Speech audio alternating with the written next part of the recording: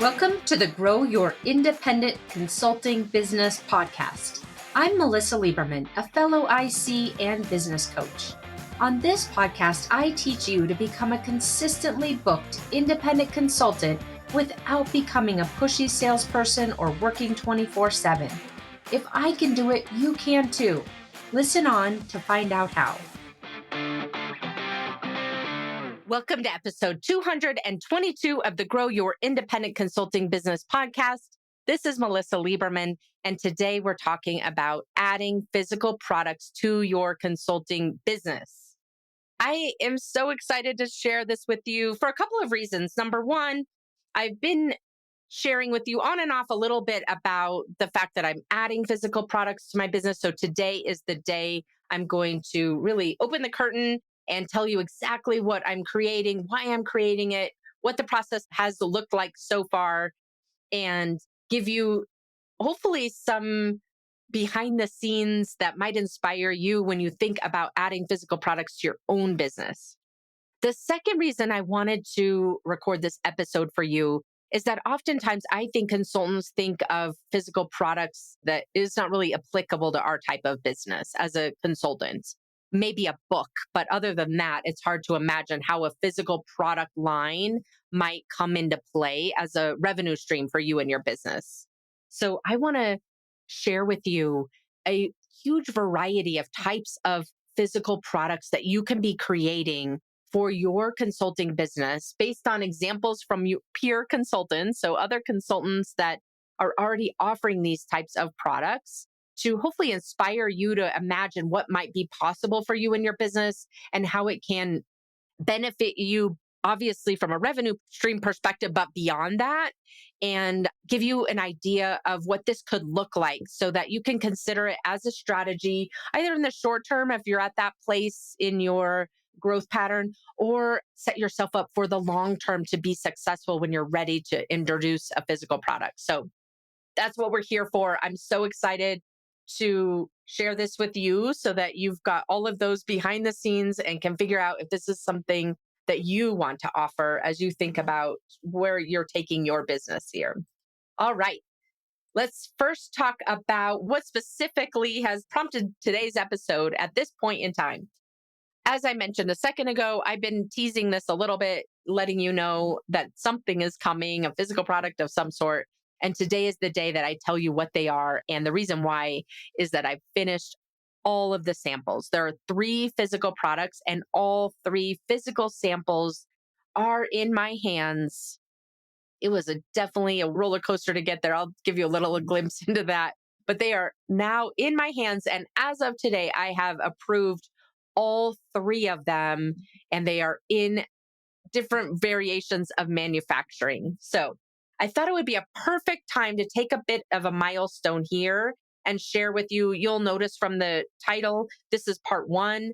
I will share with you when I hit the next milestone, which is likely getting them into Amazon, across the ocean, into Amazon, on all those things. But I thought it would be a great time to take a pause, share with you what's happening, and so that you can apply this thinking to your business and consider it for your business strategy. So for the agenda for today, I'll share with you the backstory. I'll tell you what these 3 products are, a little bit of why I did it, why I've created these, how I fell into this. It was an accident. It wasn't on purpose.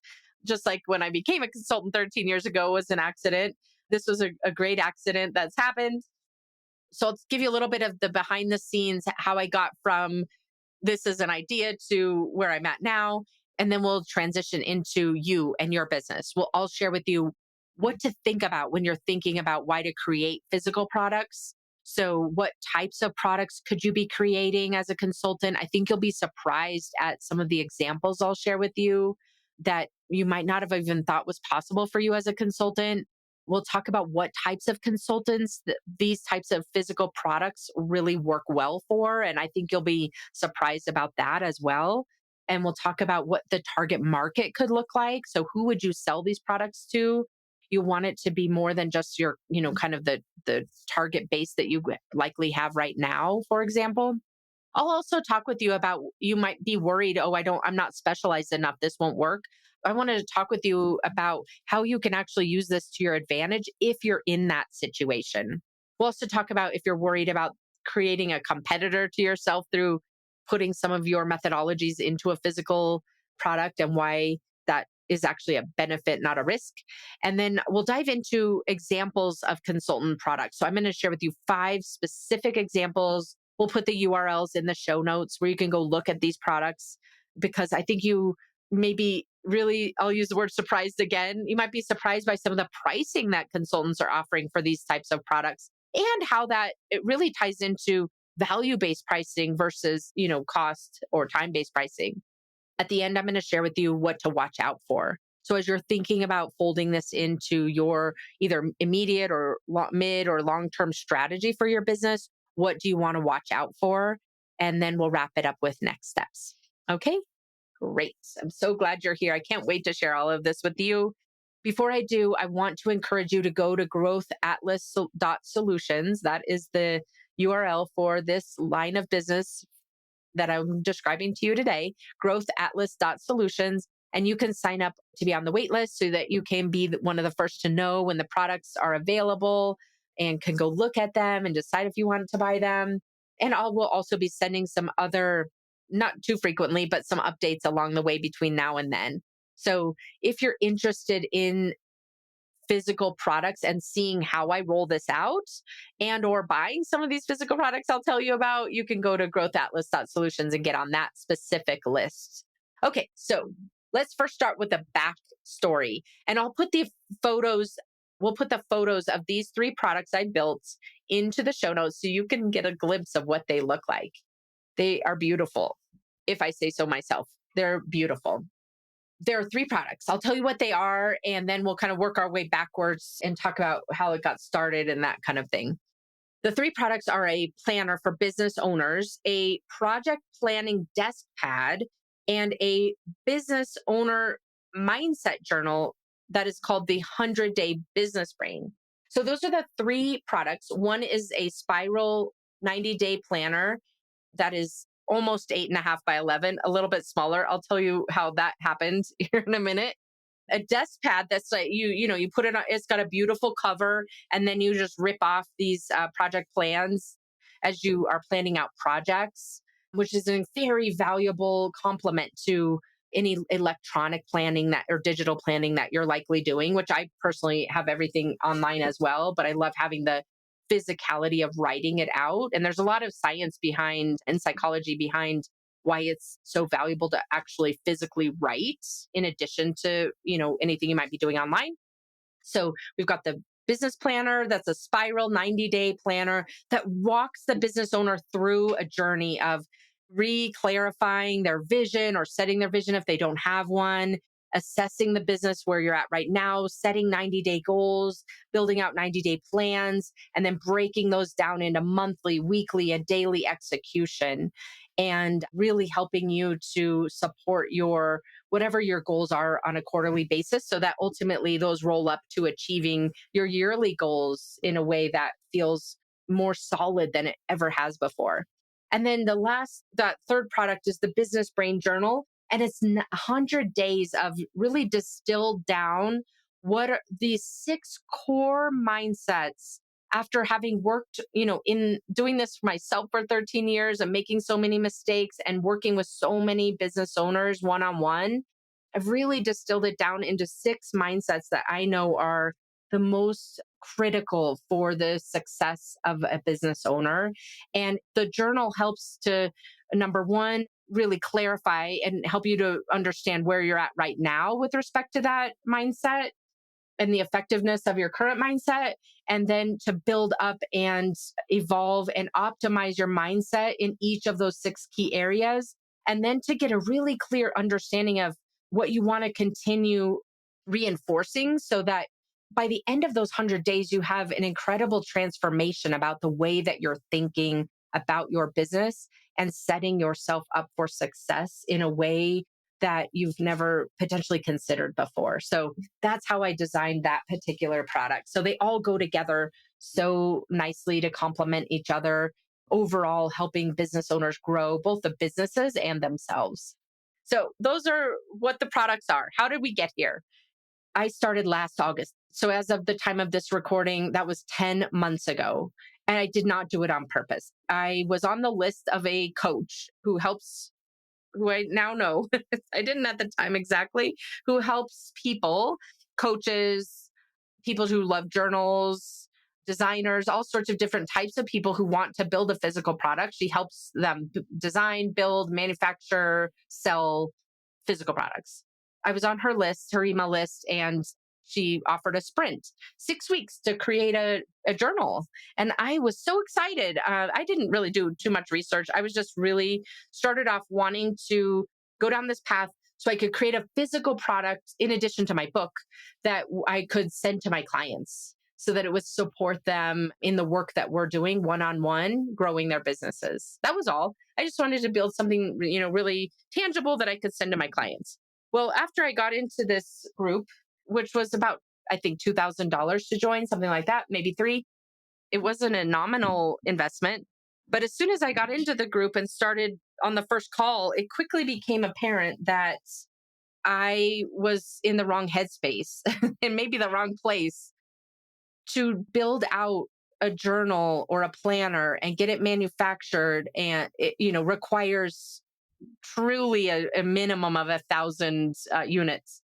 So for me to just, create maybe 40 or 50 a year to support the one-on-one clients that I work with on a yearly basis, the numbers don't add up, right? So I was faced with a decision. I could either go forward and invest the amount of money, and buy 1,000 of these, even though I would likely never use that many because, I would want to change it by the time I got to 1,000 clients having used it.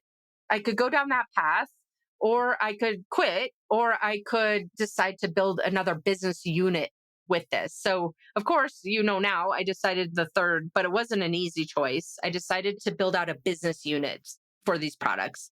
The reason why is that I truly believe that the products that I've built, starting with the planner, are something that's not in the market right now. That's something that's really important beyond just kind of a simple monthly, weekly, daily planner. It's truly about building up the strategy, the vision, the mindset, and then executing that to make achieving the goals and building out a business that the person using the planner never thought possible. To me, I feel so passionate about this. So that's why I decided to go forward with building it into a business unit within my company. So I'm excited to share all of this with you today. And I'm in an amazing headspace because I've hit this milestone and we're like finally seeing the light at the end of the tunnel, at least the light at the end to get it on a ship. This has been incredibly challenging for the last 10 months. It is not for the faint of heart. It is not something that is easy. Even though I hired a coach, it has required a tremendous amount of fortitude, a tremendous amount of commitment, a tremendous amount of being willing to work through challenges and ups and downs and miscommunications and shock and surprise along the way. So I just want to be really real with you about that.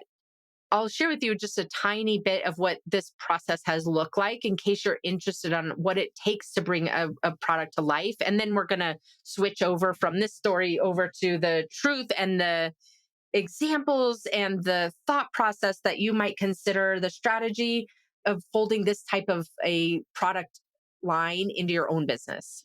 So the last piece of this backstory, where it started out, I just told you I joined that group, the Sprint, to create a physical product.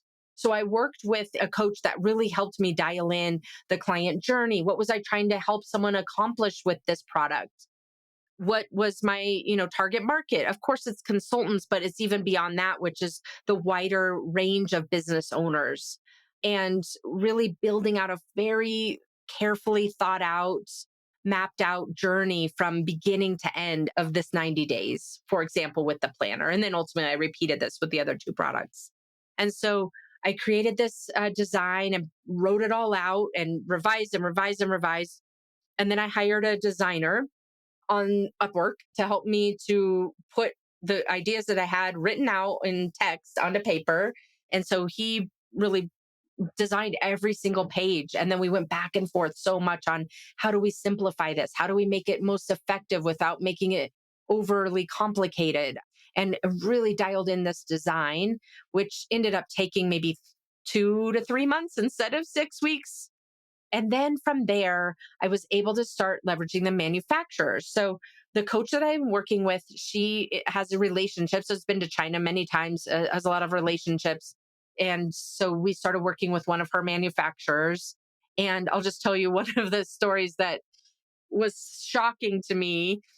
The manufacturer, their first step is to give you a pre-sample file. So you can see it in a PDF, kind of see where the lines are, where things are cut, where the margins are, all of that kind of thing. And I really struggled to get that. The design was finished. I had no understanding of it, was just take so many back and forth to get it right. Months, I'm telling you, when it should have taken days. And partially it was because of the Chinese holidays and things like that. But I just was so frustrating. I couldn't figure out, and my coach couldn't figure out why this was such a problem. Of course, as a consultant, I'm always trying to figure out the root cause of things. But we finally got an approved version to get a sample. I'll tell you here in a second why I was having so many problems. It took me 5 months to figure it out, but I just literally figured that out like a week ago. But before I tell you that, I got the sample, and the sample was a disaster. Normally, the sample is, my coach says, like one of the best days. You're so excited to just physically see this thing in real life. But it was a disaster. There were errors. And this particular company I was working with only printed 16 sheets. So, then it made me so worried about the sheets I wasn't seeing and what was wrong with them. The errors weren't in the design, they were in the manufacturing. So, anyway, long story short, we decided to change manufacturers to go with one that's used to working more with novice creators. And so we switched over and kind of had to start this whole process over again. Meanwhile, there's so much waiting time. That's when I decided I'm going to build out these other two products. So that's what I did in the meantime. And so round and round and round, finally got a sample from the second manufacturer, and it was gorgeous, like perfect. There was just a couple of little minor things ready to go. By then I had those other two products in the queue, so we decided we wanted to manufacture them all at the same time so that I could save money on shipping, for example, with more volume. Anyway, the last piece of this I'll share with you. There's two things that just have been really standing out as surprising along the way. There have been a lot of surprises, but these two primarily that I'll share with you. The first is, why was that such an issue for me to get that first sample built and for it to take, months instead of days?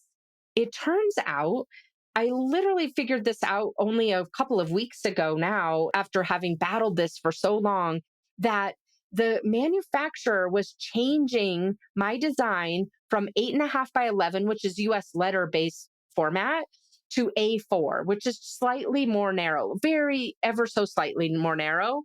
They weren't telling me they were doing this. So they were taking days and days and days to change the format.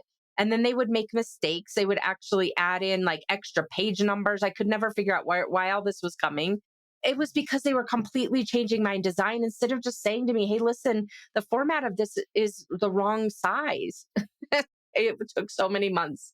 And, you get into this place of just not even thinking about certain things that might occur that are actually what occurs. So it's definitely a test in patience, and definitely a test in trying to uncover assumptions that you're making that are just truly not valid because of the cultural differences, the language differences, and the knowledge gap that I have. So, anyway, the last thing I'll share with you that was a kind of a shocker before we move on to how you could apply this in your own business. I wanted to make sure that it's cost effective to generate this product, while at the same time I want it to be very premium and kind of luxury for a business owner to want to use it. And so the design is really beautiful. It's such great credit to my designer. And we have these kind of pages in there that are quote pages that are full black pages with white letters. Every single page of the planner has a footer, a black footer that has like a prompt, a business owner thinking prompt on there to reinforce the routine of thinking about your business, not just being down in the weeds, for example. And so I kept getting these quotes back that were for color. And I keep saying, this is a black and white product. Can you please reprice it? And my coach hadn't ever uncovered this situation either. So we were just kind of puzzled. Well, it turns out that you have to invest in full color if you have like that kind of rich saturation of black, because they have to use a lot of colors to create it rather than it being streaky. So I ended up creating a more costly for me to produce product in color when I thought it was black and white all along. Again, I'm not going to go back now because I'm not starting back over on that sample process. But these are the lessons learned. I thought you might enjoy a little bit of that behind the scenes. But now let's move on to you and your business and how you can think about introducing a physical product. At the end, I'll tell you a little bit more about the next steps for mine, but I want to focus really predominantly on you and your business and how you could fold a physical product into your business. Even if you think, I don't have a unique framework or methodology or even a specific, I'm too much of a generalist. This will apply to you. And I'll share with you here in a minute about how it can actually benefit you in getting to that place. Okay, let's talk about why, though, first. Why create a physical product as a consultant? The first thing is the obvious one, that it helps you to introduce and generate revenue. Introduce a new revenue stream and generate revenue from that, is what I'm trying to say. That's the most obvious. This is not a passive revenue stream. Believe me, it is not a passive revenue stream. If someone tells you it is, they're wrong. Because even once you get these designed and created, you have to market and sell them. So it's not a passive revenue stream, but it definitely requires less of your direct engagement, compared to consulting. So that's the first and most obvious reason to create a physical product. But I want to share with you some other reasons why you might consider this that might be more surprising to you. And the first one is leveraging this process to create a physical product as a consultant will help you to drive out so much more clarity on what your specific unique methodologies are, or approach, or frameworks, or ways of accomplishing certain goals. It could generate this process of having to produce a physical product, which means it's so different than what we're used to doing, right? Even on your website, you can go change that anytime you want to, or your LinkedIn profile or a deliverable. You can go change that anytime you want to. With a physical product, you can, of course, change it. I'm sure my next production run, I'll make some adjustments based on feedback, but you're printing off a batch of these. It's not as dynamic, right? And so it helps you to really sharpen the thought process that you have and the way and the steps and the approach that you help your particular clients get to the outcomes that they're wanting to achieve. Physical products also help you to build up in that way, to build up your intellectual property. So it can set you up to have an asset that you're building over time that could be valuable for a buyer at some point. If you want to give yourself an option from your business when and if you ever want to retire, it helps you to strengthen your reputation. When you come to an event, for example, or to a speaking engagement, or you can, physically mail something, whether it's a book or a journal or a planner or a desk pad or a tear pad or a poster or a deck of cards. And I'll tell you some examples of what that means in a consulting who sells to corporate clients, what that means. When you have that physical product, it adds so much to your reputation, where they can see that you're a student of your profession, that you are a thought leader in what you do. From there, you can leverage that to attract new clients, of course, and new partnerships. And I don't use that word in a formal sense, but in a loose sense, right? To build relationships that you might not even have been able to get in the door before having this type of asset. So, through having a physical product, it will help you to attract new clients and to build out your pipeline in different ways. It gives you tools that you can physically take and leverage. And I'll give you an example of how that might look here in a moment. And of course, it gives you a creative outlet. I mean, for me personally, the amount of time that I've spent really thinking about what best helps my clients and business owners overall to achieve their goals and to be able to set goals and hit them every time, despite any external ups and downs. That time spent working on this is such a creative outlet, and it uses a different part of your brain that you might be using otherwise. So now that you know why you might create a journal or a physical product, more specifically, or more broadly, I should say, let's talk about the target market. I do want to address something that I just said that I want to really highlight. We're not just talking about journals or planners or desk pads like I've created. We're talking about so many different types of creative physical products you can, and I'll give you some very specific examples of those here in a moment. So broaden it out. It's not just a journal or a planner, is what I'm saying. Okay, so let's talk about the target market. The target market. Of course, you could sell this to your clients, current clients, past clients, future clients. It can be something that augments what you do, whether you use it yourself for delivery to really bolster your reputation and the trust factor with your clients, or these physical products can be products that you offer to your client for them to buy in bulk.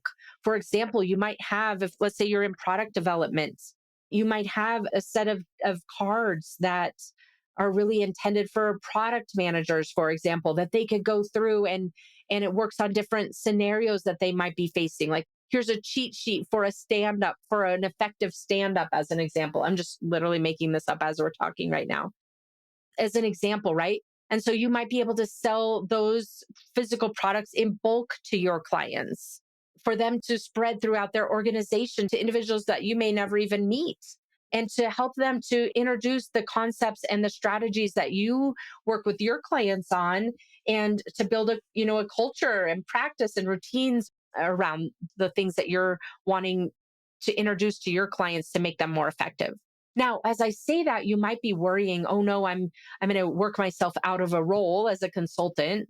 I just want to remind you that no book, you could think the same thing about writing a book, right? No book, no desk pad, no deck of cards, no poster, no huge scroll that is a map, like a process map. None of that is going to replace you and your expertise. It's to augment that, or to introduce the concept so that they know that you're the expert that they would reach out to.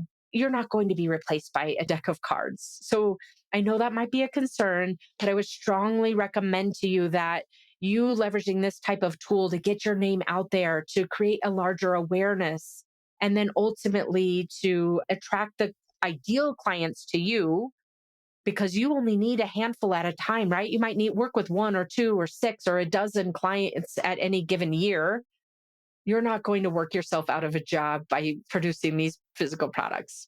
Okay, so with that being addressed, let's talk about other ways that you can bring this to market. Because just like me, you don't want to focus just on your very target market. It's likely not large enough to justify like the sizes and quantities that you would need to buy.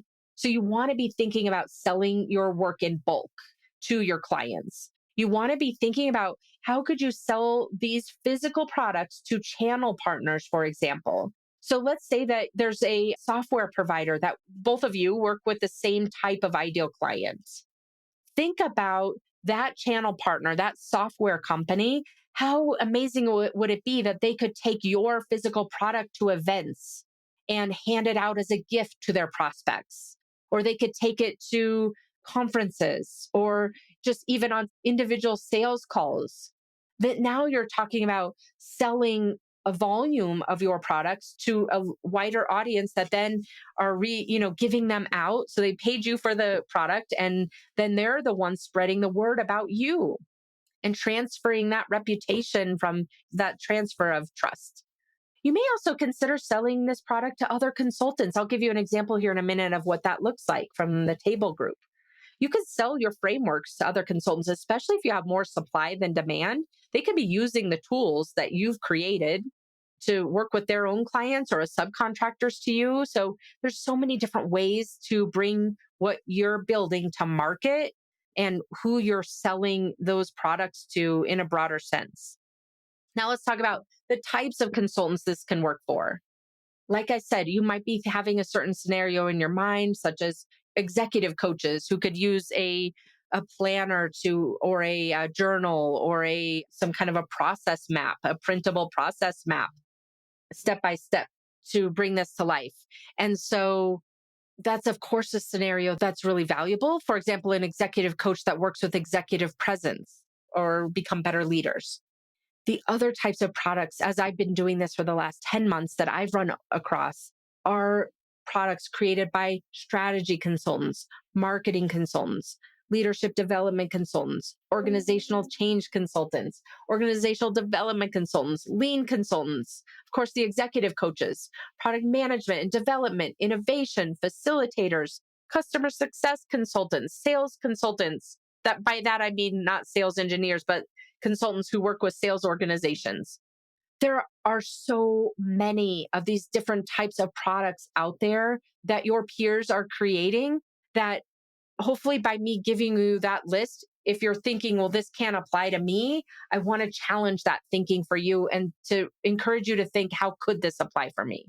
Okay, so with that, let me give you the tangible examples here.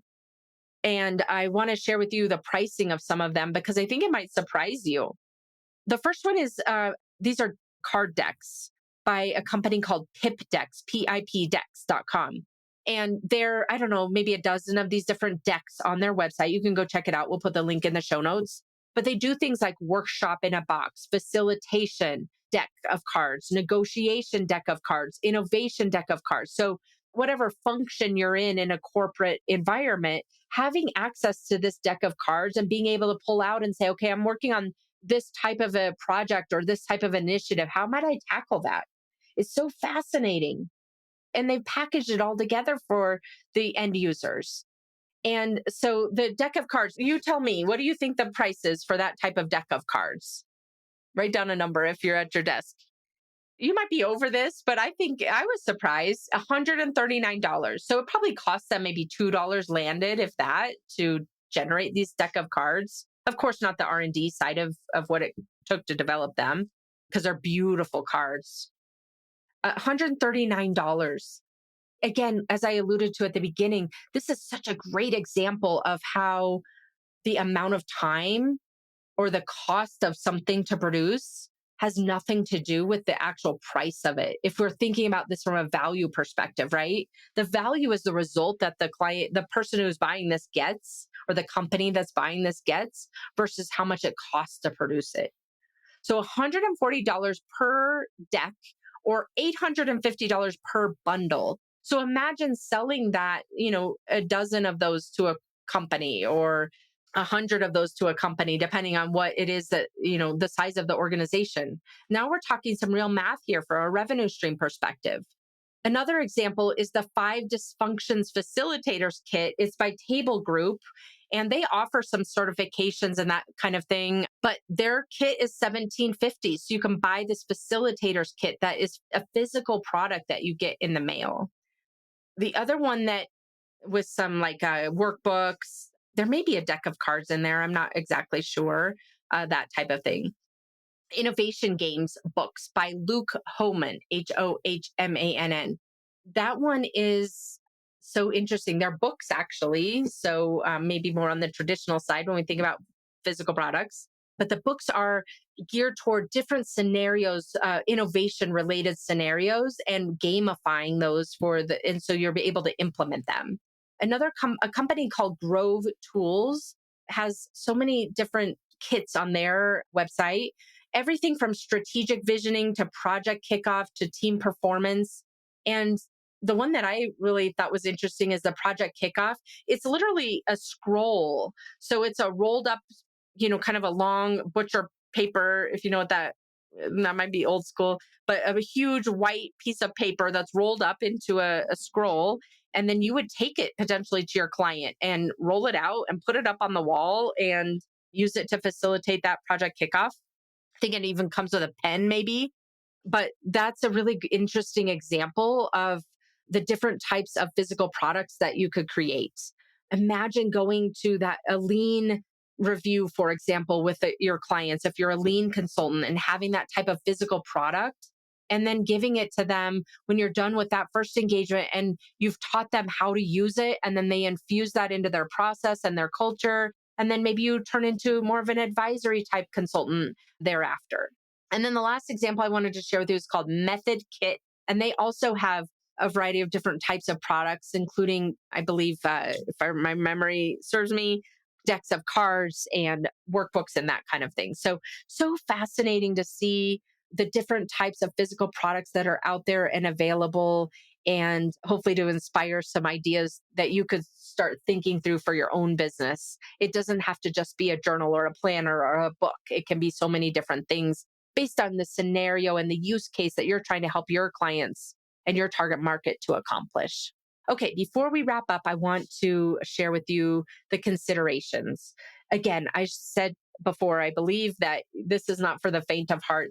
Can be really challenging to take on this type of an initiative. And I want to be honest with you. I've tried to be honest with you about the ups and downs throughout this process. But these are some considerations as you're thinking about whether or not to introduce physical products and then the timing of it.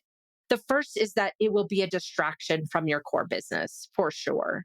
Not just the time that it takes, you can certainly spread that out. More so, I would say the emotional side of it, the ups and downs and the frustrations and the surprise and shocks that you experience along the way are certainly a distraction and a diluting factor. So you want to make sure you set yourself up so that you're not impacting your existing clients and giving them less of your attention than you had planned, and diluting that impact for your clients. And so the way to do that is you want to be in a place in your business where you can assign a specific client spot to this initiative. So, by that, I mean, we've talked on this podcast in the past about giving your own business a client spot on your roster so that you're giving it as much attention and thought process and consideration as you do your own external clients. I'm encouraging you to assign another client spot to this particular type of initiative, a product initiative, so that you're not robbing from your other external clients, so that you really being honest with yourself about how much time and attention and mental and emotional capacity that this is going to require. Secondly, you want to be thinking about the skill set that is going to be required to create this type of thing. Certainly, you can hire people to help you. Like I hired a designer. I will likely hire someone to do some ads for me on Amazon, for example. But you definitely want to know, like, just recognize that this is going to require some additional skill sets, such as more mass marketing compared to more of the type of marketing you're doing for your type of business. It's going to require some skill sets that you're going to want to build and recognize the gap and be honest with yourself and be okay with that. I've been doing this for 13 years. I have gaps. This has definitely created learning opportunities for me as it relates to doing this type of physical product launch and ultimately selling. And then finally, do remember there's some funding required here. So for our type of business, oftentimes the outlay to start a business is fairly low. You might have a website and a domain and maybe a little bit of software, maybe some coaching if you want to work with a coach like me to help you get started, on a strong foundation. But this type of physical product will require some funding, maybe in the 10 to 20K range, depending on what it is you're building. And there's a lot of factors that go into it. But do remember that. Okay.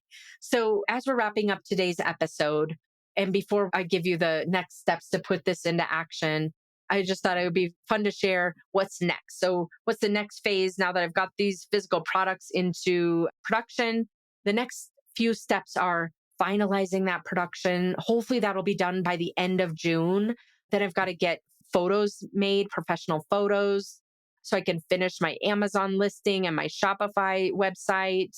I've got to go through some process. I don't even actually know what this entails, but it's called Vine. So it helps you to get really quick, legitimate reviews on your products so that more people can find them and then ultimately get those products across the ocean and into Amazon's warehouse and build out a launch plan and market and sell these planners and journals and desk pads. So that's what's next. I will share with you for sure in future episodes when I hit certain milestones so that you're coming along with this journey.